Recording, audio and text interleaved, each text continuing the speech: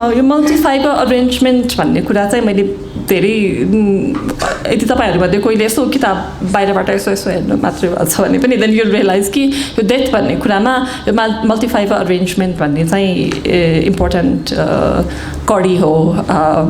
अनि यो भन्दाखेरि चाहिँ जस्तो धेरै जसले एमएफए भनेको मल्टिफाइबर अग्रिमेन्ट भनेर बुझ्छन् होइन। इभन फर्मल किताबहरूमै पनि कतै कतै लेखिएको छ मल्टिफाइबर अग्रिमेन्ट भनेर, तर खासमा यो अग्रिमेन्ट होइन अरेन्जमेन्ट हो। यसको फरक चाहिँ के हो भने अग्रिमेन्ट भनेपछि दुईवटा पार्टीले सल्लाह गरेर यो दुवैजना यसमा सहमत छौँ, दुवैजनाको एउटा एजेन्सी छ दुवैतर्फबाट लिनेको दिनेको भन्ने कुरा बुझिन्छ।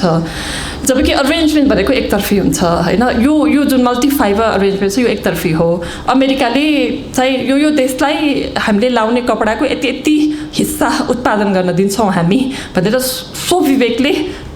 तजबिज मिलाएर नेपाललाई यति कोटा, इन्डियालाई यति कोटा, चाइनाको कोटा यति घटाउने मेन इस्यु त्यो नै हो।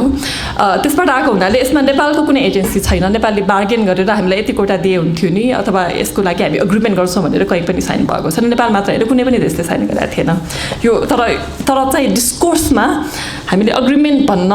छिट्टो दौडिहाल्छौँ। यो पनि हाम्रो एउटा साइकीको तर्फ हामीसँग हुँदै नभएको एजेन्सी हामीले किन ग्रहण गरिराखेको छौँ त? हामीसँग सोध्दै नसोधे कसैले दिएको छ भने त्यो हाम्रो पनि सहमति छ यसमा। अब जब यसको इम्प्लिकेसनहरू आउन थाल्यो त्यसको अलिकता गल्तीको जिम्मेवारी हामी पनि लिन्छौँ भनेर हामीले किन भनिरहेछौँ? त्यसले चाहिँ एउटा public psyche of the third world versus first वर्ल्डको जुन पावर पोलिटिक्स छ त्यसमा इङ्गित गर्न खोजेको छु। अब so let me just read this few pages है। अब एमएफए र अमेरिका र चाइनाको ट्रेड पोलिटिक्स अनि त्यहाँबाट चाहिँ ससाना देशहरू कसरी लाभान्वित भए भन्ने बारेमा त्यो एउटा एराको मैले कुरा गरेको थिएँ। र एन्ड अफ द इन्डस्ट्री भनेको त्यो जुन एरा छ त्यसको समाप्ति भयो। अहिले एमएफए छैन। अहिले डब्ल्युटिओले भने जस्तो त्यो 1994देखि 10 वर्षभित्रको बिचमा यो एमएफएलाई हामीले लिमिट एन्ड नेपाल दिन्छौँ भनेको थियो। That has happened. अनि त्यसको चाहिँ जुन किसिमले हाम्रो गार्मेन्ट इन्डस्ट्रीमाथि प्रभावहरू परेका छ त्यो कुरालाई मैले डेथ भनेर इङ्गित गर्न खोजेको। त्यसपछि रेस्ट अफ द च्याप्टर्समा चाहिँ अब एक किसिमले टेक्निकल्ली हेर्ने हो भने okay so that was a change of the trade war between America and China, we got cut. यसमा हामीले के गर्ने त? हाम्रो सरकारले के गर्ने त? We are not the party that could have a say. त्यो कुरा आफ्नो ठाउँमा छ। तर त्यत्तिकैमा छोडिदियो भने एक त द्याट्स नट रियली एन्थ्रोपोलोजी। र मैले एन्थ्रोपोलोजिकल लेन्सले हेर्दाखेरि चाहिँ death is not a concept that is to be limited within policy. तर डेथ भनेको जस्तो एउटा मान्छे मर्दाखेरि एउटा मान्छे मात्र मर्दैन, मान्छे सङ्ख्या होइन, त्यसको परिवार हुन्छ, त्यसको मानवता हुन्छन्। यसै गरी एउटा इन्डस्ट्री मर्दाखेरि त्यसको पनि एक किसिमको लाइफ साइकल हुन्छ र एउटा लाइफस्केप र ल्यान्डस्केप भएको एउटा इन्डस्ट्रियल इकोसिस्टम भनेर मैले लेखेको छु। अगेन द इन्डस्ट्रियल इकोसिस्टम भन्ने कुरा चाहिँ is central to the framework that through which I explain what death is होइन। अनि अर्को कुराहरूमा I'm not going to read the rest of the subsections of this chapter, तर मैले अर्को चाहिँ death in the air in the factory floor त्यो कुरा गरेको छु एथनोग्राफीकोबाट। जस्तो 2004 पछि बिजनेस नरहने भयो भन्ने किसिमको अन्डरस्ट्यान्डिङ वर्करहरूमा थिएन होला सायद, किनभने मजदुरहरू चाहिँ विभिन्न पोलिटिक्सहरूको बुझाइमा सबैभन्दा पछि पर्नुभयो इन्फर्मेसन पाउने कुरामा। तर फ्याक्ट्री ओनरहरूलाई चाहिँ 2004 पछि यो फ्याक्ट्री यसरी रहँदैन भन्ने एक किसिमको गहिरो अन्डरस्ट्यान्डिङ थियो। त्यो हुँदा जबकि वर्करहरूमा थिएन। तर जुन किसिमको मैले कुरा गरेको छु यो फ्याक्ट्रीमा इन्डस्ट्रीमा दशाब पस्यो भन्ने रेटोरिक धेरै आएको थियो। जस्तो जुन आर्य नेपाल 3 भन्ने फ्याक्ट्री, मैले यो रियल नेम होइन त्यसकारण तपाईँले यसो गुगल गर्नुभयो भने यसको अस्तित्व मेरो किताबमा मात्रै हुन्छ होला, अरूतिर हुँदैन होला, किनभने I gave it a fake name होइन। यो फ्याक्ट्रीलाई मैले 3 भन्नुको कारण के हो भने यो फ्याक्ट्री सुरुमा आर्य नेपाल 1 भएर चल्यो, त्यसपछि यो बन्द भयो। अनि त्यही मान्छेहरूले फेरि आर्य नेपाल 2 भनेर दर्ता गर्यो। त्यो नेम चाहिँ फरक फरक छ तर मैले त्यसलाई कन्टिन्युटी दिएको हुँ। यो आर्य नेपाल 3 मा कुरा गर्दाखेरि चाहिँ दशा पस्यो भन्नुको मतलब सबभन्दा पहिला के भयो भने प्रोडक्सन म्यानेजरको एकजना भिनाजुको सडन रोड एक्सिडेन्टमा डेथ भयो। अनि त्यसको लगत्तै पछि सिइओ जुन हुनुहुन्थ्यो उहाँको दाइ बित्नुभयो अलिकति अनएक्सपेक्टेड किसिमले। त्यसपछि फ्याक्ट्रीमा एउटा एक्सिडेन्ट भयो, आगो लाग्यो र एकजना मान्छेको मृत्यु भयो। त्यो यो जुन यो फ्याक्ट्री यो गार्मेन्ट तयार भइसकेपछि सबभन्दा लास्टमा जुन फिनिसिङ हुन्छ त्यो लन्ड्री गर्दाखेरि त्यसमा आगो लाग्दाखेरि एउटा एक्सिडेन्ट भयो त्यसको लगत्तै पछि फेरि अर्को एक्सिडेन्ट भयो त्यो चाहिँ धेरै अलिकता ठुलो दुर्घटना थियो काम सकेर रातिको सिफ्टमा काम गर्ने कामदारहरूलाई सकेर फ्याक्ट्रीको बसले घर पुर्याउन जाँदै थियो बस र ट्रकसँग ठोकिएर few people died it was a much bigger case होइन अब यो एकै वर्षमा 2004 को आसपासमा यो सबै हुँदै गर्दाखेरि चाहिँ यो के भयो अब ट्रेड वारको कुराहरू आफ्नो ठाउँमा छ पोलिसीको कुराहरू आफ्नो ठाउँमा छ अब यो जनयुद्ध भइरहेको थियो त्यसकारण पनि हाम्रो सामानहरू गइराख्न सकेको छैन त्यो आफ्नो कुरामा छ तर फ्याक्ट्रीमा त यो इन्डस्ट्रीमा त दशा नै पस्यो जस्तो छ हाम्रो ग्रह दशा नै बिग्रियो भन्ने किसिमको it was in the air त्यो कुराहरूलाई मैले भन्न खोजेको छु होइन अनि त्यसपछि सेकेन्ड यो टेक्निकल कम्पोनेन्ट चाहिँ गार्मेन्ट गोइङ एयर त्यो चाहिँ अर्को पक्ष छ अब आरे नेपाल 3 अलरेडी 2टा मृत्यु मरिसकेर आएको फ्याक्ट्री हो योभन्दा पहिलाको 2टा आरे नेपाल 1 किन बन्द भएको थियो भने किनभने गार्मेन्ट गोइङ एयर यो चाहिँ गोइङ एयर भन्ने कुरा चाहिँ कस्तो हुन्छ भने गार्मेन्ट जुन प्रोडक्सन हुन्छ त्यसको लागि पुँजी धेरै चाहिन्छ तर त्यो पुँजी वास्तवमा प्रड्युसरसँग पनि हुँदैन अब ग्यापले अथवा वालमार्टले हामीलाई 1 लाख गार्मेन्ट चाहियो भनेर अर्डर देला तर उसले पैसा दिँदैन कपडा पनि दिँदैन पैसा पनि दिँदैन केही पनि दिँदैन खालि एउटा एलसी साइन हुन्छ अब त्यो एलसीलाई धितो राखेर अनि ब्याक टु ब्याक एलसी भनेर त्यसको त्यो धितो राखेपछि त्यसपछि ऋण लिएर व्यवसायीले कपडा किन्ने हो अब टाङ साग धागो सागो सबै किन्ने हो अब यसलाई चाहिँ यो एक किसिमले मैले भने डेथ भनेको गार्मेन्ट इन्डस्ट्रीको मात्रै मृत्यु होइन त्यसमा एउटा मानवताको पक्ष छ त्यसमा एक किसिमको सामाजिक सोसल साइकी छ हामी त डुबिरहेको छौँ भन्ने सुरुमा गार्मेन्ट फ्याक्ट्रीबाट सुरु भएर गार्मेन्ट इन्डस्ट्रीबाट अथवा छेउछाउको जुन काठमाडौँभित्रैबाट अथवा देशभित्रबाट पनि देश अधोगतितर्फ उन्मुख भइरहेको छ भन्ने कुराहरू आउँछ यसलाई मैले एम्बेडेडनेस यसमा चाहिँ इकोनोमिक पक्ष र सामाजिक पक्ष जोडिएर गएका हुन्छन् यसलाई हामीले छुट्टा छुट्टै रहेर हेर्न सक्दैनौँ भनेर मैले अनुरोध गरेको छु होइन अब यो एम्बेडेडनेस भन्ने कुरा गर्दाखेरि चाहिँ अलिकता यो एन्थ्रोपोलोजी इकोनोमिक एन्थ्रोपोलोजीको टेक्निकल जस्तो स्कलरली डिबेट यो पहिलोचोटि आइरहेको छैन समाज र अर्थतन्त्र त जोडिएर गएकै हुन्छ नि त्यसमा त के ठुलो कुरा भयो त्यो त सबैले बुझेको हो नि भन्ने त्यो एउटा पक्ष छ अब त्यो जोडिएर गएको हो भने त्यसलाई हामीले हेर्ने कसरी त र त्यसको लागि फ्रेमवर्क के छ मेथोडोलोजी के छ भन्ने त्यो अर्को पक्ष हो है त्यो सेकेन्ड पक्षबाट हेर्दाखेरि चाहिँ मैले यो फर्मालिजम भर्सेस सब्सटेन्टिभिजम भन्ने जुन डिबेट 1960s त्योभन्दा पहिलादेखि पनि हो होइन इनफ्याक्ट भन्दाखेरि मैले कार्ल पोल्यानी भन्ने मान्छेलाई यो इन्डस्ट्रियल इकोसिस्टमको मध्यमा राखेर हेर्न खोजेको छु उहाँको एउटा इन्फ्लुएन्सियल किताब भनेको द ग्रेट ट्रान्सफर्मेसन 1944 मा आयो होइन अनि उहाँले यो जुन सोसाइटी इकोनोमिक ओभरल्याप भन्ने कुरालाई उहाँको फ्रेमवर्कलाई धेरै राम्रोसँग हेर्ने गरिन्छ अब त्यो सुरु भएदेखि नै 1940s 50s 60s 70s 80s तिर त्यो जुन फर्मालिजम भर्सेस सब्सटेन्टिभिजम त्यो डिबेट इकोनोमिक एन्थ्रोपोलोजिस्टहरूमा सोसियोलोजिस्टहरूमा it has gone on for a long time होइन त्यसले कस्तो कस्तो रूप लियो भन्ने कुरामा चाहिँ मैले अलिकता टाइम खर्च गरेको छु I'm not sure how useful that debate is होइन त्यसमा मैले 2-3जनाको नाम लिँदाखेरि चाहिँ एउटा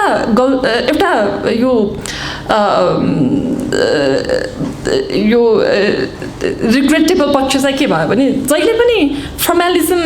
र सब्सटेन्टिभिजममा एउटा पक्षले अर्को पक्षको विचारलाई कोअप्ट गरिरहने अथवा मिसएट्रिब्युट गरिरहने अनि डिस्कोर्सहरू चाहिँ जसरी सोसाइटी अथवा देश अथवा अन्तर्राष्ट्रिय जगत चाहिँ एक पक्षतिर ढल्कियो त्यही अनुसार यो जुन डिस्कोर्स छ त्यो पनि एक पक्षबाट अर्को पक्षको कुराहरू चाहिँ मिसएट्रिब्युट र कोअप्ट भइरहने त्यो हेर्दाखेरि चाहिँ जस्तो एउटा इक्जाम्पल एकजना मार्क ग्रानोभेटर भन्ने मान्छे छ उहाँले एउटा सानो आर्टिकल मात्रै लेख्या हो होइन एम्बेडेडनेस भन्ने अनि उहाँले चाहिँ यो डिस्कोर्सलाई के लाएर के भन्नुभएको थियो अनि कुनै सोसियोलोजिस्टहरू एन्थ्रोपोलोजिस्टहरूले चाहिँ यो सोसाइटीको जुन रोल छ इकोनोमीमा के हुन्छ भन्ने कुरामा त्यसलाई अलिकता एम्बेलिस गर्ने अथवा त्यसलाई बढाइ चढाइ गरेर प्रस्तुत गर्ने यो चाहिँ ओभर सोसियलाइज्ड खालको डिस्कोर्स एन्ड एम्बेडेडनेस भनेर भन्नुभएको छ होइन जबकि अरू विधाका मान्छेहरूले चाहिँ अन्डर सोसलाइज पनि गर्ने गरेका छन् त्यसकारण एउटा मिडल ग्राउन्ड चाहिँ पहिचान गरौँ भनेर उहाँले भन्नुभयो त्यो राम्रै कुरा हो तर उहाँले चाहिँ एम्बेडेडनेस भन्ने वर्ड कालपलानीको किताबबाट आएको हो भन्नुभयो तर कालपलानीले जुन किसिमले प्रस्तुत गर्नुभएको थियो त्यसलाई अलिकति तोड मरोड गरेर प्रस्तुत गर्नुभयो होइन अनि उहाँको आर्टिकल पढ्दाखेरि कालपलानी तपाईँले पढ्नु भएन र ग्रानोभेटरको आर्टिकल जुन चाहिँ एकदमै पपुलर भयो यसको साइटेसन यति धेरै छन् कि यो मेरो विचारमा जसले पनि अन्डरग्रेड गर्नुभएको छ एन्थ्रोपोलोजी सोसियोलोजीतिर उहाँले यो आर्टिकल यसो पढ्नुभयो होला होइन त्यो आर्टिकल मात्रै पढेर पोलानीले के भने होला भनेर सोच्नुभयो भने तपाईँले पोलानीको समस्त थ्योरी नै गलत बुझ्नुहुन्छ कि उहाँले अनि यस्तो खालको मिसएट्रिब्युसनहरू चाहिँ धेरै भएको छ जस्तो पोलानीले एम्बेडेडनेस भन्ने शब्द त्यति धेरै प्रयोग गर्नुभएको छैन उहाँले प्रयोग गर्नुभएको शब्द भनेको डिसइम्बेडिङ हो है यस्तो एम्बेडेडनेस र डिसइम्बेडिङमा के फरक छ भने ग्रानोभेटर भन्नुहुन्छ ठिकै छ सोसाइटी र इकोनोमी सँगसँगै हिँडेका छन् भने अब हेर्नु पर्यो सोसाइटीको कुन कुन पक्ष अर्थतन्त्रको लागि उत्पादक छन् त त्यो पक्षहरूलाई अलिकति टेवा दिउँ र जुन जुन पक्ष चाहिँ इकोनोमीको लागि सार्थक छैनन् प्रभावकारी छैनन् तिनीहरूलाई चाहिँ अलिकति कन्ट्रोल गर्नुपर्छ कि अथवा पोलिसीको रोल भनेको सोसाइटीको राम्रो पक्षहरू जसले उत्पादकत्वलाई बढाइरहेको छ त्यसलाई सञ्चित गर्दै त्यसको अब वर्चस्व बढाउनेतिर लाग्ने हो कि भन्ने त्यो आशय देखियो होइन अब त्यो भन्ने बित्तिकै के हुन्छ भने अब मित्रताको कुरा गरौँ अथवा विश्वासको कुरा गरौँ होइन दुईवटा लयर बिच पनि विश्वास हुन्छ तर त्यो दुईवटा लयरभित्रको विश्वास त एकदमै लिगलाइज खालको विश्वास हुन्छ जबकि दुईवटा साथी बिचको विश्वास त्यो लिगलाइज हुँदैन फर्मलाइज पनि हुँदैन अब त्यसको कुनै अर्थ पनि नहोला त्यो दुईजना साथीहरूले मैले तँलाई यस्तो गर्छु भनेर भनौँ अथवा यो दुईजनाको जुन विश्वासको कुरा भयो त्यो अरू बृहत समाजको लागि प्रभावकारी नहोला त्यसको कुनै पनि अर्थ नहोला तर त्यो पनि विश्वास हो यसो भन्दैमा कि हामी जुन चिजले अर्थतन्त्रलाई टेवा दिएको छ त्यो विश्वासको मात्रै खेती गरौँ अरू विश्वास त विश्वासै होइन भन्न थाल्नुभयो भने that is economizing a concept that is social होइन त्यसलाई सोसाइटीलाई चाहिँ तपाईँले इकोनोमीको टुल इकोनोमीको एउटा यन्त्रको रूपमा देख्न थाल्नुभयो त्यो चाहिँ हामीले ग्रानोभेटर पढ्दाखेरि त्यस्तो खालको झल्को आउँछ होइन अनि त्यस्तै किसिमले अर्को मान्छे पनि हुनुहुन्छ रबर्ट पुटनाम भन्ने मान्छे हुनुहुन्छ उहाँले चाहिँ सोसियल क्यापिटल भनेर व्याख्या गर्नुभएको छ होइन सोसियल क्यापिटलले के भन्छ भने कुनै कुनै मित्रताहरू अथवा एसोसिएसनहरू चाहिँ युजफुल हुन्छन् कुनै कुनै चाहिँ हुँदैनन् अब सरकारले यदि विकासतिर ध्यान दिने हो भने जुन जुन युजफुल छन् तिनीहरूलाई टेवा दियो जुन युजफुल छैनन् तिनीहरूलाई चाहिँ त्यसमा कन्स्ट्रेन्ट्सहरू दिउँ अथवा त्यसलाई चाहिँ कन्ट्रोल गरौँ भन्ने किसिमको आशय बुझिन्छ त्यो भन्दाखेरि चाहिँ सोसियल क्यापिटलमा अब सोसाइटी भनेको क्यापिटल पनि हुनपर्ने तपाईँको मित्रताको कुनै पुँजीगत युजफुलनेस अथवा भ्याल्यु भएन भने त्यो मित्रता भएन र अब लङ टर्ममा हेर्दाखेरि समाज चाहिँ सधैँ ऱ्यासनलाइज अथवा इकोनोमिकली प्रोडक्टिभ दिशामा गइरहेको छ भन्न सकिँदैन अथवा इकोनोमिकली प्रोडक्सन भनेको के हो प्रोडक्टिभिटी के हो भन्ने कुरा पनि सोसियल कन्ट्र्याक्टमा डिपेन्ड हुन्छ उदाहरणको लागि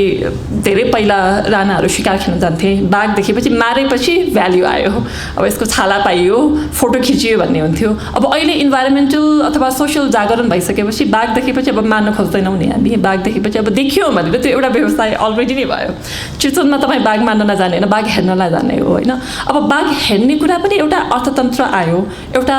इकोनोमिक भ्याल्यु हेर्ने मात्रै चिज प्रदान गर्यो भन्ने कुरा त यो सोसियल कन्ट्र्याक्टबाट आएको हो यसकारण यसरी हेर्ने हो भने सोसाइटीले अर्थतन्त्र कस्तो हुन्छ त्यो निर्धारण गर्छ अर्थतन्त्रले सोसाइटी कस्तो हुन्छ त्यो निर्धारण गर्ने होइन भन्ने कुरा बुझियो होइन अब त्यो कुराहरू चाहिँ ग्रानोभेटर अथवा पुटनामहरूको डिस्कोर्समा त्यति देखिएन जबकि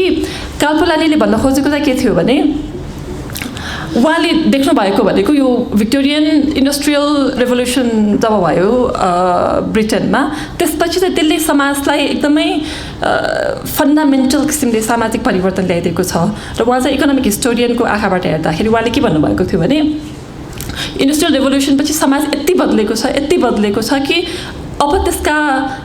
असरहरू के हुन्छन् लङ टर्ममा भन्ने कुरा बुझ्नलाई पनि हामीले 1-2 पुस्ता पर्खनै पर्छ त्यसपछि मात्रै यसका असरहरू के हुन्छन् हामी बुझ्न सक्छौँ किनभने फन्डामेन्टल कुरा उहाँ के भन्नुहुन्छ भने सोसाइटी 3 किसिमका पक्षहरूबाट चलेका छन् एउटा एक्सचेन्ज जो किनबेचको कुरा अब अर्थतन्त्रमा गार्मेन्ट बेचिन्छ किनिन्छ यी कुराहरू जसबाट हामी एकदमै अहिले त धेरै जस्तो ट्रान्ज्याक्सनहरू एक्सचेन्जमा हुन्छन् तर उहाँले के भन्नुभएको थियो त्यसबाहेक एक्सचेन्ज त्यो बेलामा मात्रै हुनसक्छ जब रेसिप्रोसिटी र रिडिस्ट्रिब्युसन यी दुईवटा कुराले एक्सचेन्जको लागि एउटा प्लेटफर्म बनाइदिएको हुन्छ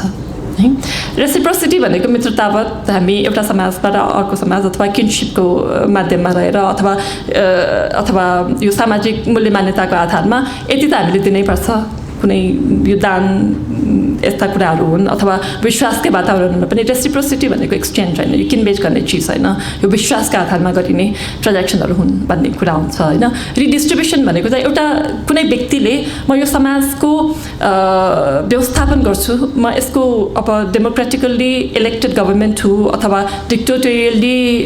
इस्ट्याब्लिस्ड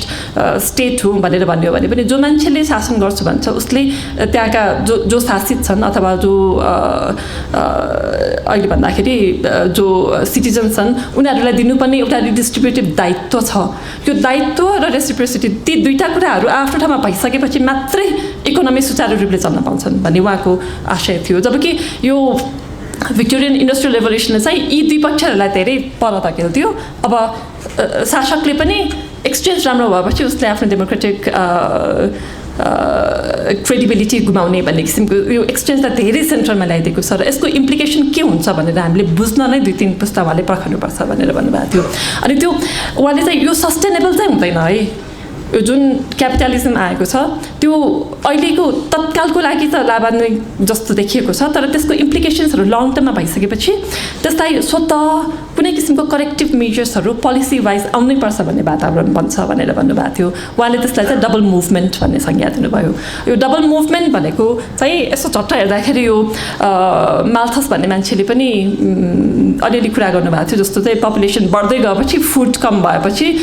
यो एकदमै नेचुरल क्राइसिसहरू भएर वार भएर पपुलेसनमा घाटा आउँछ त्यसपछि मान्छेहरू मारिन्छन् एउटा तीव्र सङ्ख्यामा त्यसपछि आफै त्यो नेचुरल ब्यालेन्स हुँदै जान्छ भन्ने जुन इभोल्युसनरी कुरा छ त्यो हो कि जस्तो लाग्छ तर वास्तवमा त्यो होइन किनभने उहाँको पोल्यानीको डबल मुभमेन्टको कन्सेप्ट चाहिँ यो policy change will be enforced भन्ने हो होइन एउटा इन्डस्ट्री तत्कालै पुरै गरी डुब्यो भने स्वतः तपाईँ एउटा शासकहरू स्पेसली डेमोक्रेटिक शासकहरू चाहिँ कुनै प्रेसरमा पर्न आउँछन् कि अब यसको करेक्टिभ मेजर्स के हुने होला त अथवा अर्को इन्डस्ट्रियल चरण आउँदाखेरि पहिलाको जस्तो गल्ती अब दोहोरिन नदिनको लागि कस्तो खालको सुविधाहरू दिनुपर्ने हो कस्ता खालका मनस्थितिहरू ल्याउनु पर्ने हो यी कुराहरू चाहिँ स्वतः आउन पर्छ त्यसका लागि कुनै सोसल मुभमेन्टहरू तयार हुन्छन् अथवा कुनै नागरिक समाजहरूबाट यस्ता दबावहरू आउने छन् अथवा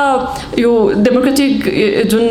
डेलिबरेटिभ डेमोक्रेसी भनेर भन्छ नि भोटिङ च्यानल त्यसकै माध्यमबाट पनि दबावहरू आउने छन् भन्ने उहाँको आशय थियो होइन त्यसको लागि तुरुन्तै नहोला त्यो लङ टर्म पक्ष हुनसक्छ तर डबल मुभमेन्ट चाहिँ सधैँ चलिरहन्छ भने त्यो कन्सेप्ट थियो त्यसलाई मैले चाहिँ ल्याएर यो इकोसिस्टम यदि हुने हो भने अब यो डेथपछि जब अहिले हामी प्रस्पेरिटीको कुरा गरिरहेका छौँ अहिले हामी फेरि रिडेभलपमेन्ट अब माओवादी जनयुद्ध सकिएपछि चाहिँ अब देश बनाऊँ अर्को नयाँ देश निर्माणको पक्ष भनेर ल्याइरहेका छौँ यसमा इन्डस्ट्री मात्रै फरक भएको छैन अहिले पावर ब्यालेन्स पनि जस्तो पार्टीहरूको स्ट्रक्चर पनि चेन्ज भएको छ विभिन्न पहिचानका मुद्दादेखि लिएर वर्गका मुद्दादेखि लिएर जात जातिका अथवा विभिन्न सङ्घीयताका मुद्दाहरू अहिले आइरहेका छन् होइन यो परिप्रेक्ष्यमा चाहिँ अब नयाँ इन्डस्ट्रियलाइजेसनको बहस सुरु हुँदाखेरि पुरानोबाट हामीले के सिक्यौँ अथवा सिकेनौँ त्यो चाहिँ सबैभन्दा महत्त्वपूर्ण कुरा हुन आउँछ होला भन्ने चाहिँ मेरो आशय हो खास लेखेर केही पनि ल्याएको छैन पावर पोइन्ट पनि छैन भिजुअल एड पनि छैन सो युल ह्याभ टु बे विथ मी अबाउट त्यो मेरो जुन ऱ्याम्बलिङ छ नि कहिले यता गएको छ कहिले उता गएको छ चुस्तो भनेको छ so it is going to be bit of a गफ है and I hope that is not a problem अनि बेला बेलामा चाहिँ अलिकति I thought maybe I read 1 or 2 pages from the book अनि त्यो पनि झुर भयो भने यसो हात उठाउनुहोस् होला आई डोन्ट स्टप रिडिङ अब यो किताब लेख्दाखेरि चाहिँ जब डिसर्टेसन गरिरहेको थिएँ अथवा इभन पोस्ट डकसम्म पनि त्यो लामो पनि भयो 2001 देखि झन्डै 2011-12सम्म अब त्यो यस्तो उस्तो भनेर पोस्ट डक सस्तो गरिरहेको थिएँ त्यो बेलासम्म चाहिँ actually I didn't use the word death हैन त्यो बेलासम्म the cultural politics of garment manufacturing भन्ने हिसाबले इन्डस्ट्री छ भन्ने हिसाबले नै लेखिरहेको थिएँ बट देन आई न्यू कि म 2004मा मेरो field work main field work rap गरेको चाहिँ त्यो बेला हो त्यसपछिको फिल्ड वर्क भनेको पोस्ट डकको अलिकता होइन पिएचडीकै पनि पछि अलिकता गरेको फिल्ड वर्क हो जस्तो बल्क हुन्छ नि पिएचडीको स्टुडेन्टले फुल टाइम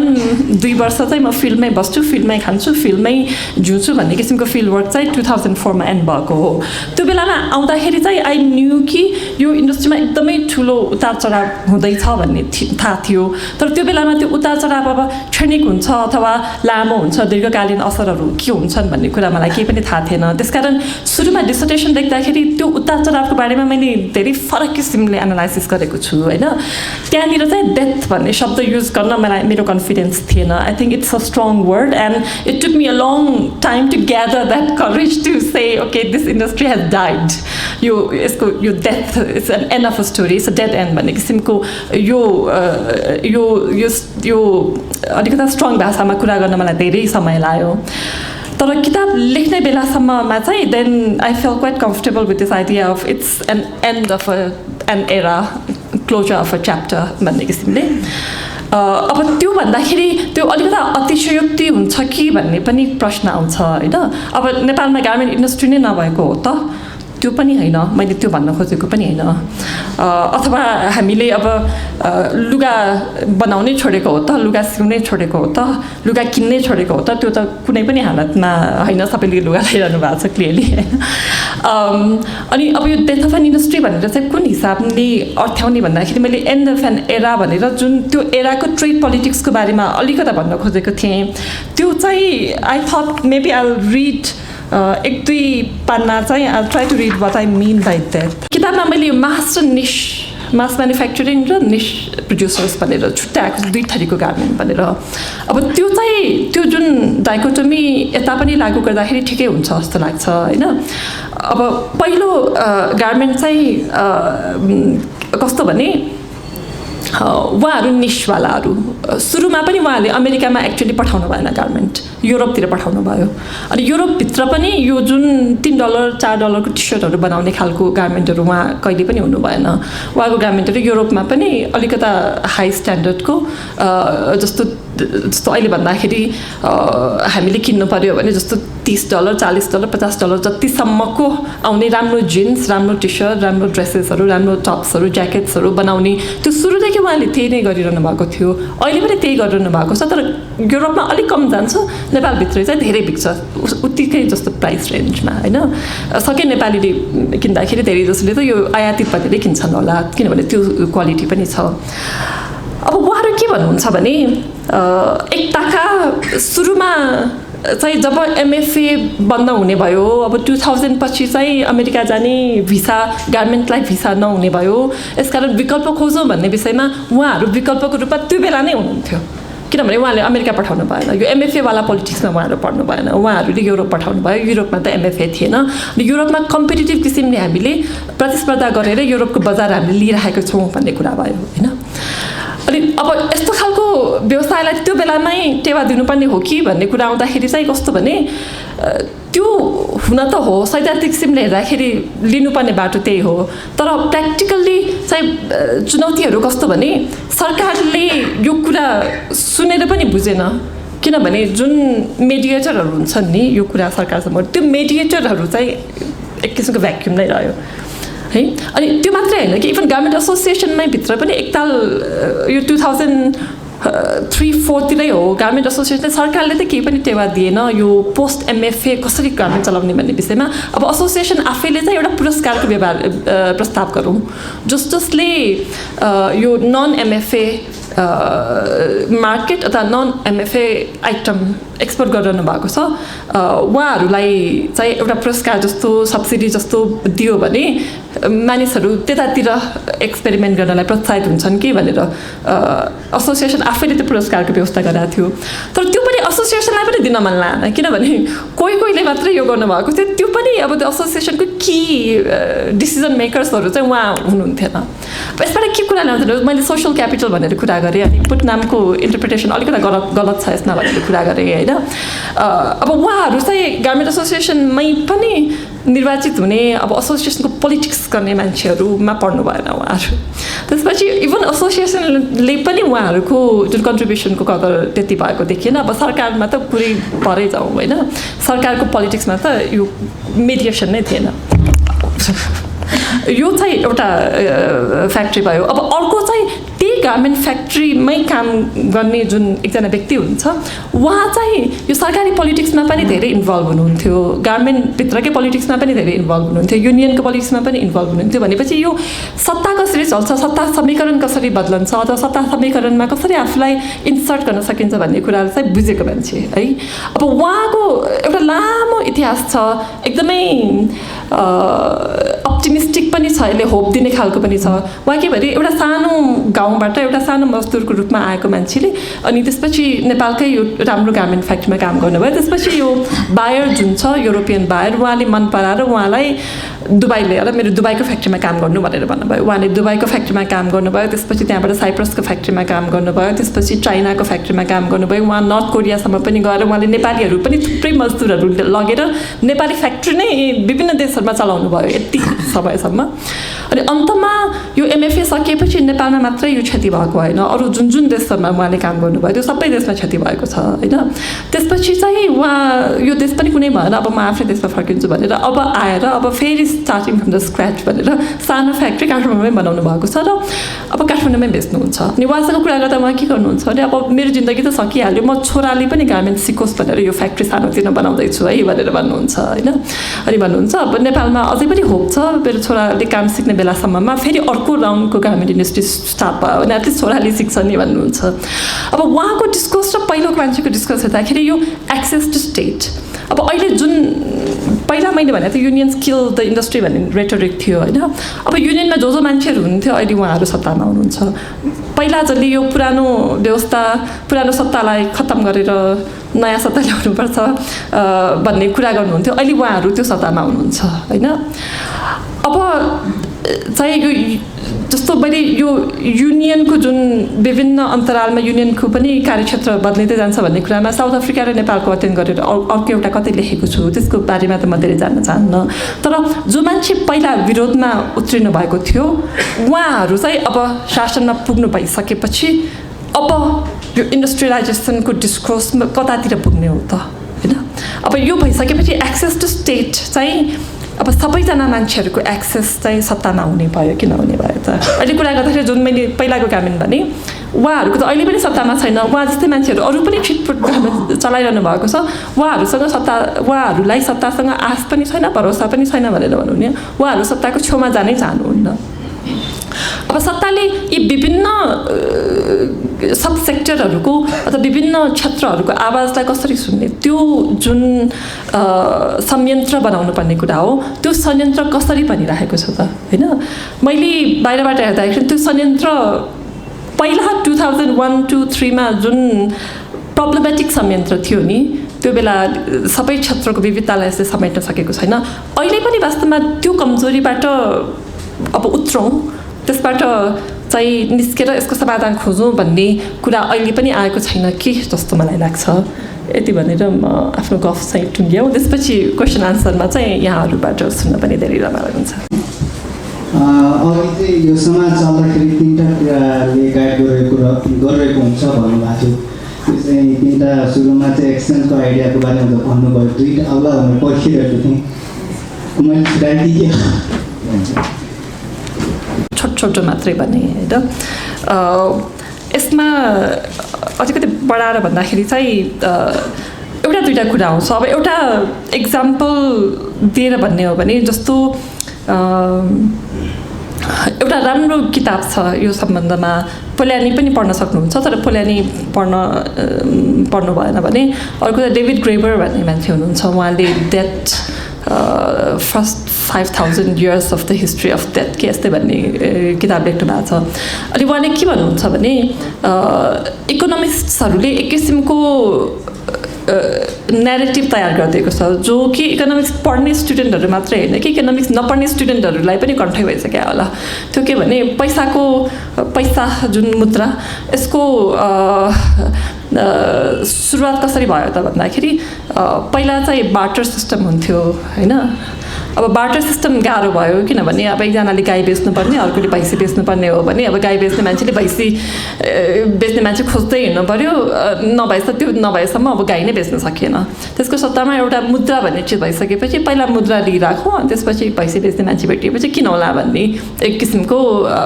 फेसिलिटेट गर्यो एक्सचेन्जलाई फेसिलिटेट गर्यो यसबाट आएको हो मुद्रा भनेर इकोनोमिस्टहरू भन्नुहुन्छ तर इकोनोमिक्स जो हुनुहुन्न उहाँ पनि यही नै भन्नुहुन्छ किनभने यो न्यारेटिभ यति धेरै हावी भएको छ कि हामी सबैले यसलाई we take it for granted अब डेभिड ग्रेबर के भन्नुहुन्छ भने यो आर्कियोलोजिकल सोर्सेसहरू र पुरानो यो ट्राइबल प्रिमिटिभ मान्छेहरू जसको हातमा पैसा छैन अहिलेसम्म एकदमै रिमोट आइल्यान्डमा बस्ने मान्छेहरू जहाँ पैसाको आमदान भएको छैन उहाँहरूको एथ्रोग्राफीहरू हेर्ने हो भने यस्तो कुनै पनि समाज भेटिएन जहाँ चाहिँ यो बार्टर इकोनोमिस्टहरूले भने जस्तो किसिमले भइरहेको होस् होइन मान्छेलाई कुनै चिज चाहिन्छ भने गाई चाहिन्छ भैँसी चाहिन्छ अथवा आलु चाहिन्छ केही चाहिन्छ भने मान्छेहरूले खै अब म कहाँनिर किनबेच गरौँ भनेर सोध्दै हिँड्दैन उनीहरूको चाहिँ अरू विभिन्न सामाजिक संस्थाहरू छन् जसको थ्रुबाट यी नेसेसिटीहरू पुरा हुन्छन् होइन उहाँलाई चाहिँ त्यसलाई चाहिँ उहाँले रेसिप्रोसिटी र रिडिस्ट्रिब्युसन भनेर भन्नुभएको छ अब पैसा हुनुभन्दा पहिला यदि कुनै समाजसँग कुनै वस्तु छैन र त्यसको आवश्यकता छ भने सबैभन्दा एन्थ्रोपोलोजिकल हिसाबले एक्चुअल एथ्नोग्राफी अथवा एक्चुअल आर्कियोलोजिकल दस्तावेजहरू पढ्दाखेरि उनीहरूले अब यिनीहरूसँग सुन चाहिएको थियो यो ठाउँमा त सुनको खानी छैन यिनीहरूले कसरी सुन पायो होला नि त भन्दाखेरि सुन किनेर पाएका होइनन् सुन भएको समाजसँग एक किसिमको किनसिप स्थापित हुनसक्छ बिहेबारी अथवा यिनीहरूसँग सुन छ हामीसँग नुन छ एक किसिमको तीर्थयात्रा गरौँ अथवा एक किसिमको यो जुन बिहाबारी चलाउँ भन्ने एक किसिमको या त त्यो हुन्छ अर्को चाहिँ गएर आक्रमण गरेर यिनीहरूको सुन सबै लुटेर ल्याउँ त्यो अर्को पोसिबिलिटी हो जबकि यो पसल थापेर अब सुन बेच्ने मान्छेहरू आउँछन् भन्ने कुरा त यो एकदमै रिसेन्ट मात्रै फेनोमेनन हो यसको चाहिँ इतिहास त्यति लामो छैन जति चाहिँ इकोनोमिक इमेजिनेसनले भन्न सक्छ अब त्यसकारण एक्सचेन्ज चाहिँ पहिला इन्डस्ट्रियल रिभोल्युसनभन्दा पहिलासम्म पनि एक्सचेन्ज सबै चिज किन्न सकिँदैन थियो भन्ने सबैले बुझाएको थियो जस्तो कहिलेकाहीँ म सानो हुँदाखेरि जोकहरू सुनिन्थ्यो कि यो पुँजीवाद आएपछि के गर्छ अमेरिकन पुँजीवाद आएपछि यसले त आमा पनि किनबेच गर्ने बनाइन्छ पुँजीवाद आएपछि त आमा पनि बेच्नुपर्छ आमा पनि किन्नुपर्छ भनेर अतिशयोक्ति किसिमले जोक भनिन्थ्यो तर यसको रियलिस्टिक इन्टरप्रिटेसन के हो भने अहिले हामी तपाईँलाई के चाहियो भने म किन्छु भनेर सोच्नुहुन्छ जबकि तपाईँ आफ्नै हजुरबुवासँग हजुरआमासँग कुरा गर्नुभयो भने तपाईँलाई के चाहियो भने तपाईँ किन्छु भनेर सोच्नुहुन्न थियो त्यो कतैबाट आउँछ कसैले ल्याइदिन्छ कतै दसैँतिर टिका चालु हुँदाखेरि आइन्छ त्यो चिज अथवा कतै तीर्थतिर जाँदाखेरि कसैले ल्याइदिन्छ यो जुन गिफ्ट सम्बन्धी विषयमा मार्सल माउस भन्ने एन्थ्रोपोलोजिस्टले धेरै लेख्नु भएको छ गिफ्ट भनेको बार्टर होइन गिफ्ट भनेको प्रेस्टेसन त्यसको अर्कै पक्षहरू हुन्छन् यो चाहिँ रेसिप्रोसिटी भयो होइन अनि खासमा डेभिड ग्रेबर के भन्नुहुन्छ भने पैसा भन्ने कुरा एक्चुअली जुन इन्टेन्जिबलको हिसाब किताब गर्नको लागि आएको हो रिडिस्ट्रिब्युसनबाट सबभन्दा पहिला पैसा म तिमीलाई यति मटेरियल अब्जेक्ट दिन्छु भन्ने कुराहरू चाहिँ मन्दिरको व्यवस्थापनहरूमा देखिएको हो मन्दिरमा पुजारीलाई यति भाग छुट्याउनुपर्छ यो कुचिकालाई यति भाग छुट्याउनुपर्छ यो अन्य विभिन्न मन्दिरको जुन पनि धर्मकर्म गरिरहेको छ उनीहरूलाई यति भाग चाहिँ छुट्याइने गरिन्छ त्यो चाहिँ एउटा त्यसलाई स्ट्यान्डर्डाइज गर्ने किसिमले यति असर्फी पहिला असर्फी भनेको कागजी मुद्रा जस्तो थिएन असर्फीको मतलब त्यसलाई पगाले पनि त्यति नै भ्याल्यु आउने त्यसलाई एक्सचेन्ज गरे पनि त्यति नै भ्याल्यु आउने भन्ने कुराहरू थियो होइन पैसा मुद्राको स्थापना चाहिँ एक्सचेन्जबाट भएको होइन मुद्राको स्थापना चाहिँ रेसिप्रोसिटी र खास गरी रिडिस्ट्रिब्युसनबाट भएको हो जबकि हामीले त्यो पक्षलाई हामीले यति धेरै बिर्सिसक्यौँ कि स्पेसल्ली अब म अलिकति पुरानो पुस्ता भयो होइन नयाँ पुस्ताको कुरा सुन्दाखेरि पनि मलाई कहिलेकाहीँ याद हुन्छ कि जुन चिज म टिनेजर हुँदाखेरि यो त किनेर कहिले पनि आउँदैन यो त कसैले मलाई ल्याइदिनुपर्छ तब मात्र मेरो हातमा आउँछ भन्ने कुराहरू अब सजिलै अब यो त बजारमा जाने इन्टरनेटमा किन्ने यो भन्ने किसिमको एकदमै एक्सचेन्जले चाहिँ रेसिप्रोसिटी र रिडिस्ट्रिब्युसनलाई पुरै विस्थापित नै गरिदिएको छ अब यो कुराहरू हस्पिटल पनि किन्ने राम्रो डाक्टर किन्ने राम्रो शिक्षा किन्ने राम्रो सरकार किन्ने अब सोसल प्रेस्टिज पनि किन्ने यी कुराहरू आए होइन यसको चाहिँ दीर्घकालीन यो असरहरूको बारेमा हामीले समयमै एन्टिसिपेट गर्नुपर्छ छलफल गर्नुपर्छ भन्ने त्यो काल्पल्यानीको भावना हो मैले आन्सर गतिलोसँग दिएँ कि नदिएँ बुझा छैन भने सोध्नुभयो हुन्छ है फेरि नमस्ते मेरो नाम गोमी सुब्रती म टियु एन्थ्रोपोलोजीको फर्स्ट सेमेस्टर स्टुडेन्ट हो आजको टपिक चाहिँ मेरो लागि एकदमै रेलेभेन्ट छ किनभने म चाहिँ काठमाडौँको म सिनामङ्गलमा हुर्केको त्यहाँ चाहिँ तपाईँको गार्मेन्ट क्यापिटल नै त्यो बेला काठमाडौँको त्यहाँ यसो सानो हुँदाखेरि चाहिँ त्यो हुन्छ नि धेरै त्यो गार्मेन्ट कल्चरमै उठेको भनौँ न त्यहाँको वर्करहरूको त्यो गार्मेन्ट वर्करहरूको कल्चर मेरो चाहिँ बेसिकली दुईवटा क्वेसन छ जब तपाईँको यो गार्मेन्टहरू इभन हाम्रो टोलमा है हाम्रो टोलमा जब डिसमेन्टल भयो नि अनि त्यो वर्करहरू आउट अफ वर्क भयो अनइम्प्लोइड भयो त्यो पछि होइन हाम्रो त्यहाँको रेसिडेन्टहरू इन्क्लुडिङ माई पेरेन्ट्स होइन माई ग्रान्ड पेरेन्ट्स अनि हाम्रो छिमेकीहरूले चाहिँ त्यहाँ जति पनि सोसियल क्राइमहरू त्यो पछि बढ्यो होइन त्यो गार्मेन्ट वर्करहरूलाई चाहिँ एक्स गार्मेन्ट वर्करहरूलाई चाहिँ एट्रिब्युट गरिन्छ कि लाइक हुन्छ नि कहीँ केही भयो चोरी भयो कहीँ केही भयो सोसियल क्राइमहरू केही भन्न केही भयो रक्सी खाएर झगडा गऱ्यो भने चाहिँ त्यो पहिलाको चाहिँ त्यो गार्मेन्ट वर्करहरू अहिले बेरोजगार भएर यस्तो गऱ्यो भनेर भनिन्छ होइन अब हामीले चाहिँ त्यही नै सुनेर हाम्रो पर्सेप्सन त्यो भएको थियो सो अब हजुरले रिसर्च गर्नुभएको सो इज इट ट्रु है पहिलाको कुरा is it true or false होइन त्यो चाहिँ एउटा क्वेसन अर्को क्वेसन चाहिँ जसरी तपाईँको 90s मा चाहिँ नट ओन्ली गार्मेन्ट जस्तै अरू इन्डस्ट्रीहरू पनि नेपालमा चाहिँ बुम हुँदै गइरहेको थियो होइन लाइक यो सिमेन्ट इन्डस्ट्री अनि भनौँ न यो ग्रोसरी इन्डस्ट्रीहरू बुम हुँदै गइरहेको थियो लाइक मिड 2000 मा आएर गार्मेन्ट इन्डस्ट्रीसँगै अरू इन्डस्ट्रीहरू पनि बिस्तारै डिसमेन्टल भयो so what happen to garment industry like त्यही कुरा चाहिँ अरू इन्डस्ट्रीमा भएको हो भन्ने कुरा चाहिँ मेरो दुईवटा क्वेसन मेरो नाम विमल भुइयाँ म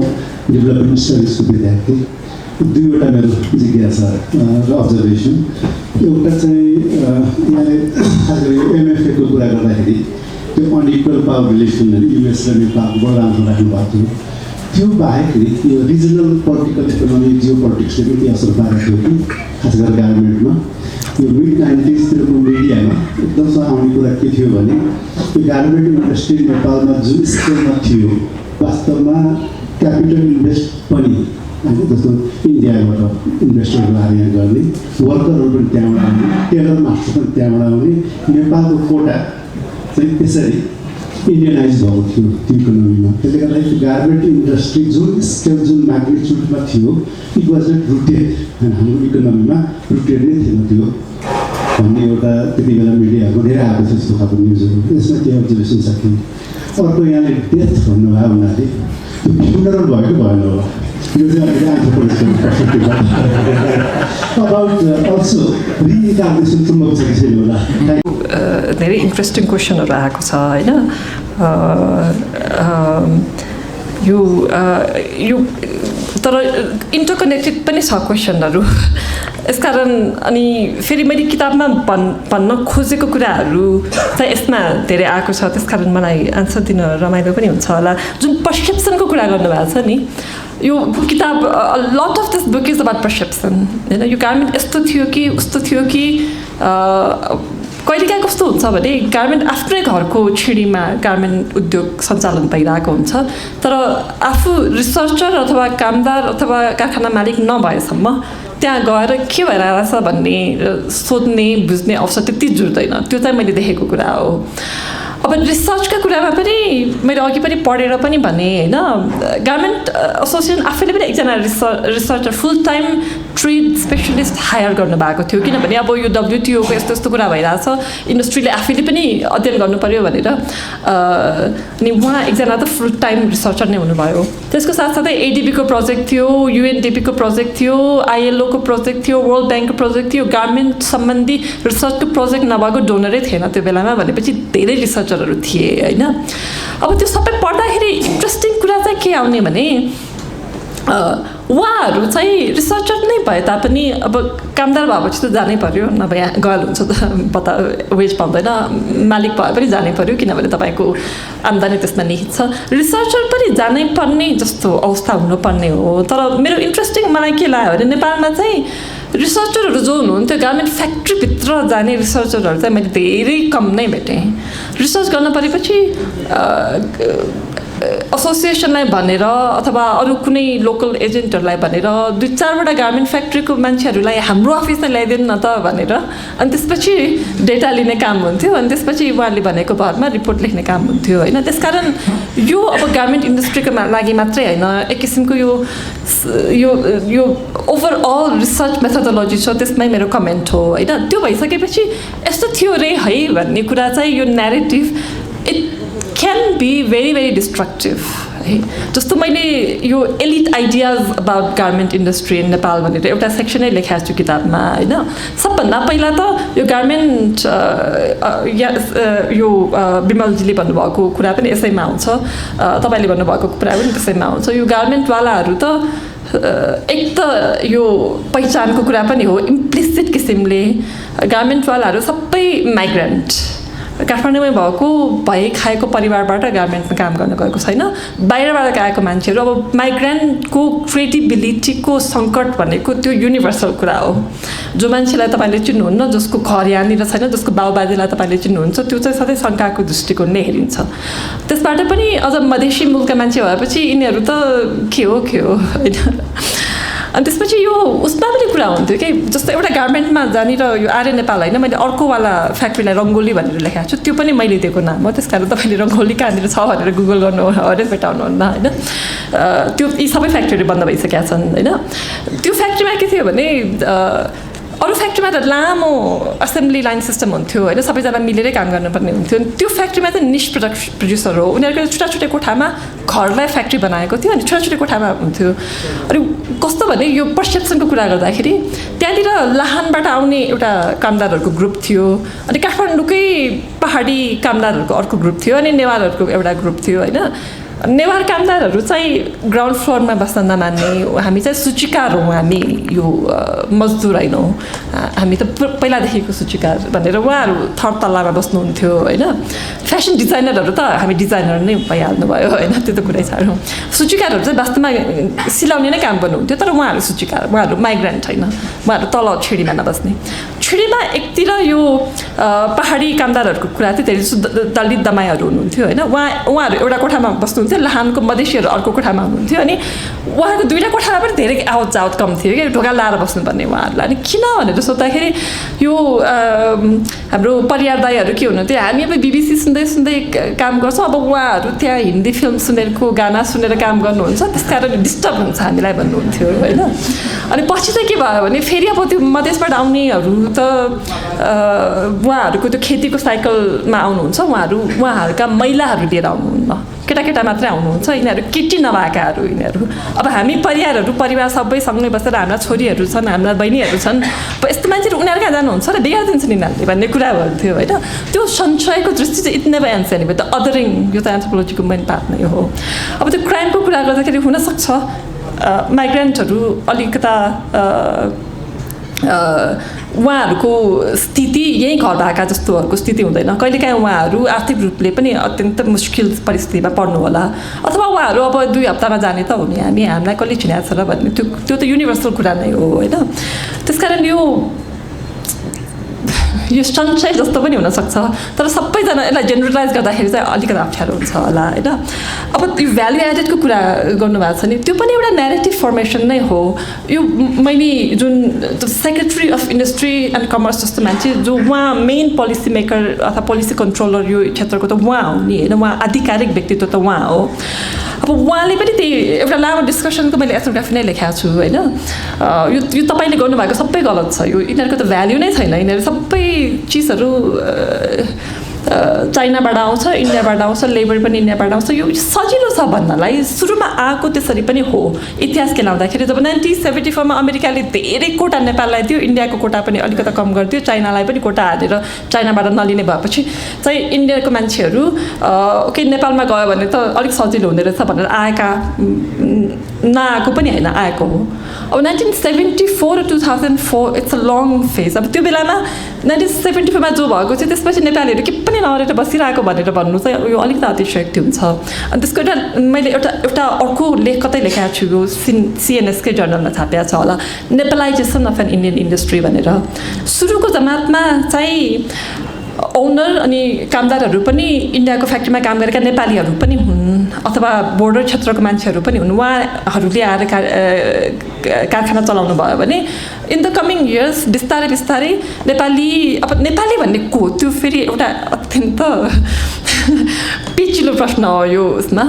मधेसबाट बोर्डरबाट आएको मान्छे रक्सलको मान्छेलाई तपाईँले नेपाली भन्ने कि नभन्ने काठमाडौँकै मान्छेलाई मात्र तपाईँले नेपाली भन्ने के हो होइन यी कुराहरू चाहिँ धेरै पेचिला छन् जब लाहानबाट आउनुभएको छ उहाँको परिवारहरू सीतामढी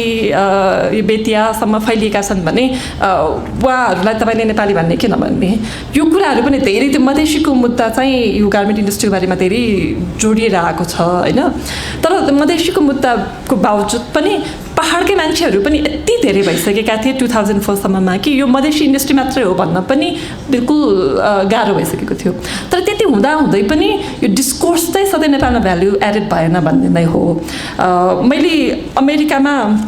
एकताल नेपाली एम्बेसीले कार्यक्रम गरेको थियो गार्मेन्टको बारेमा होइन त्यो बेलामा कुरा हुँदाखेरि चाहिँ नेन्सी व्हाट्स हर नेम पहिलाको अमेरिकन एम्बेसेडर टु नेपाल उहाँको नेन्सी पावल क्या उहाँले के भन्नुभएको थियो भने यो गार्मेन्टमा त किनभने नेपालले 2-3 ताल लबी गराएको थियो नि नेपाललाई ड्युटी फ्री एक्सेस चाहिँ दिँदा राम्रो हुन्छ भनेर नेपाली गार्मेन्ट एसोसिएसनको मान्छेहरू कङ्ग्रेस युएसको कङ्ग्रेसमा गएर 2जना सांसदले त्यो सपोर्ट गरिसक्नु भएको थियो त्यो बिललाई 2जनाले पेश गर्नुभयो अर्को 2जनाले छाप हाल्नु भएको भए चाहिँ नेपाली ड्युटी फ्री गार्मेन्ट पाउँथ्यो तर अर्को 2जना सांसद उहाँले पाउनु भएन त्यो बेलामा चाहिँ एम्बेसीलाई मोबिलाइज गरेर एउटा इन्टरेक्सन कार्यक्रम भएको थियो त्यसमा नेन्सी पावलले के भन्नुभयो त यो किन दिने नेपाललाई यो नेपालले के पनि गरेकै होइन जस्तो तपाईँले भन्नुभयो जस्तै यो सबै चाइनाबाट भनेर आउँछ अनि रातारात मेड इन नेपाल भनेर लेबल लाउँछ पठाउँछ त्यो भन्दाखेरि चाहिँ नेपालको राजदूतले केही पनि बोल्नु भएन है अथवा किनभने यसको धेरै दीर्घकालीन असरहरू छन् नि यो एक त एउटा 2टा फ्याक्ट्री होला जसले यो गरेको होला तर नेपालमा डेटा मात्रै हेर्ने हो भने जस्तो तपाईँले भन्नुभयो तपाईँको यो सिनामङ्गलतिर त landscape was completely taken over by garments होइन अब यति किसिमको एथनोग्राफिक मटेरियल हुँदै पनि यो न्यारेटिभ पोलिसी न्यारेटिभ चाहिँ यही नै रह्यो कि नेपालमा गार्मेन्ट फ्याक्ट्री छँदै छैनन् अझ मैले 2004 तिर अब गार्मेन्ट फ्याक्ट्री इन्डस्ट्री डुब्न लागेको छ यसमा तपाईँहरूको के धारणा छ भनेर यो पब्लिक पोलिसीको आधिकारिक व्यक्तिलाई सोद्धाखेरि उहाँले दिने जवाफ भनेको त्यही नै थियो यो त नेपाली इन्डस्ट्री नै होइन यो त छँदै थिएन अब बचाउनु पर्ने नैतिक दायित्व नै छैन होइन अब यो छँदै थिएन भन्ने जुन फ्याक्चुअलिटी छ इट्स अ पोलिटिकल स्टेटमेन्ट अब छँदै थिएन भन्ने कुराहरूले उहाँले कुन एभिडेन्सबाट भन्नुभयो र त्यसलाई काउन्टर गर्ने अर्को कुन एभिडेन्सहरू आइरहेका छन् त्यसको बारेमा हेर्दाखेरि यसमा मेथोडोलोजिकल यो डिफिसियन्सी पनि भेटिन्छ होइन अनि त्योभन्दा बढ्दा इट्स अबाउट पोलिटिक्स अब एकजना ब्युरोक्राटलाई तपाईँले पहिला म वर्ल्ड ब्याङ्कमा काम गर्दाखेरि एउटा गर्नु पर्थ्यो त्यो आइटीको अपग्रेडवाला आएको थियो अनि यो वर्ल्ड ब्याङ्क ब्युरोक्राटले आइटी कसरी चलाउने भनेर एउटा क्विज लिनु पर्थ्यो कि अनि त्यसो पास भएपछि तपाईँलाई सर्टिफाइड भनेर सर्टिफिकेट दिन्थ्यो होइन अनि त्यो झुट खालको थियो त्यस कारण मैले छिट्टो गरेर सकाइहाल्नु भनेर गरेँ अनि मैले बुझेको चाहिँ के हो भने एज अ पब्लिसियन तपाईँको if you don't know what to do you should always say no एउटा नेगेटिभ खालको एन्सर दिएपछि as a public bureaucrat you are always in the safe position यो चाहिँ मैले त्यो 2-3 वर्ष काम गरेर त बुझेँ भने अब जिन्दगी काम गर्नुभएको खप्पिस पब्लिक ब्युरोक्रेट्सहरूले उहाँले बुझ्नु भएको छ कि यो कुरा त्यसकारण I don't think it's only about methodological deficiency I think it's also about you know how to protect your own ground अनि यो त्यसको नेगेटिभ नेरेटिभ नि हो नि नेपालमा गार्मेन्ट इन्डस्ट्री छँदै थिएन भए पनि नेपालीहरूको होइन त्यो मधेसीको हो मधेसीको त नागरिकता नै सवाल नै अब त्यो डाउटफुल छ होइन अनि त्यो पनि सबै भ्यालु एडेड केही पनि नभएर मेड इन चाइनाको ट्याग मात्र यी कुराहरू चाहिँ I think it's very political यो पोलिटिक्सलाई चाहिँ अलिकति केलाएर हेर्ने मटेरियलहरू भएनन् I think that's what I wanted to propose मेरो किताब चाहिँ धेरै जसो मैले अब पोलिसी सम्बन्धी पढ त पढेँ तर that's not the basis of my book is about you know people who have absolutely no say in policy making what their narratives छ त्यसरी भन्दाखेरि हुन्छ होला होइन जियो पोलिटिक्सको कुरा त एब्सोल्युटली अब बङ्गलादेशको गार्मेन्ट किन सस्तो हुन्छ भनेर भन्दाखेरि धेरै जस्तो टेक्सटाइल आउने चाइनाबाटै हो अथवा बङ्गलादेशले अहिले उनीहरूको कटन इन्डस्ट्रीलाई एकदमै सब्सिडी दिएर बङ्गलादेशमा कटन उत्पादन गर्न थालेको छ नत्र भए धेरै जस्तो अब टेक्सटाइल तपाईँले ल्याउने चाइनाबाट हो भने चाइनाबाट बङ्गलादेशमा पोर्टमै आइपुग्छ आउनासाथ त्यही उहाँहरूले उत्पादन गरेर पोर्टमै हालेर पठाइदिनुहुन्छ जबकि नेपालमा कलकत्ताको पोर्टमा आउँछ त्यो बङ्गलादेशको पोर्टभन्दा अलिक टाढा छ त्यहाँबाट फेरि ल्यान्डबाट आउनु पऱ्यो त्यसपछि त्यो बेलामा हाम्रो अब यो माओवादी युद्धको कारणले बेला बेलामा राजमार्गहरू बन्द थिए बेला बेलामा कतै रोकिने कतै के हो नि भइसकेपछि लेबरको कस्ट त आफ्नै ठाउँमा छ तर जुन लजिस्टिकल कस्ट पनि आफ्नै ठाउँमा छ होइन त्यसकारण सबै किसिमको गार्मेन्टमा नेपाल कम्पिटेटिभ हुन सक्दैन तर त्यो भन्दैमा सबै किसिमको गार्मेन्टमा कम्पिटेटिभ हुनै सक्दैन भन्दा पनि हो कुनैमा हुनसक्छ होला अथवा जुन